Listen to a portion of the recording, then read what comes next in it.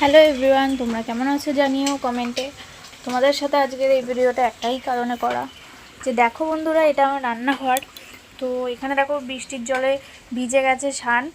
তো এই জানালা থেকে ক্রমাগত বৃষ্টির ছাট আসতেই থাকে। আর আজকে প্রচণ্ড হারে বৃষ্টি হয়েছে। আর তোমরা দেখতেই পাচ্ছ যে আমার বালতিতে ওপর ছাদের থেকে জল পড়ছে।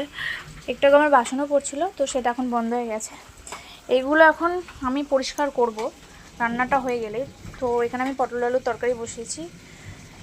বন্ধুরা, তোমাদের সাথে এই ভিডিওটা একটা কারণেই করা, যে একটা মানুষকে ভালোবেসে তার হাত ধরে এসে তার বাড়িতে থাকা, সংসার নানা ঝামেলা থাকতেই পারে, সেটাকে পাশে নিয়ে এই দারিদ্রতা জীবনটা ভালোবাসা থাকলে কষ্টকেও সাথে সঙ্গী করে নিয়ে চলা যায়। এটাই তোমাদের সাথে আমি শেয়ার করছি।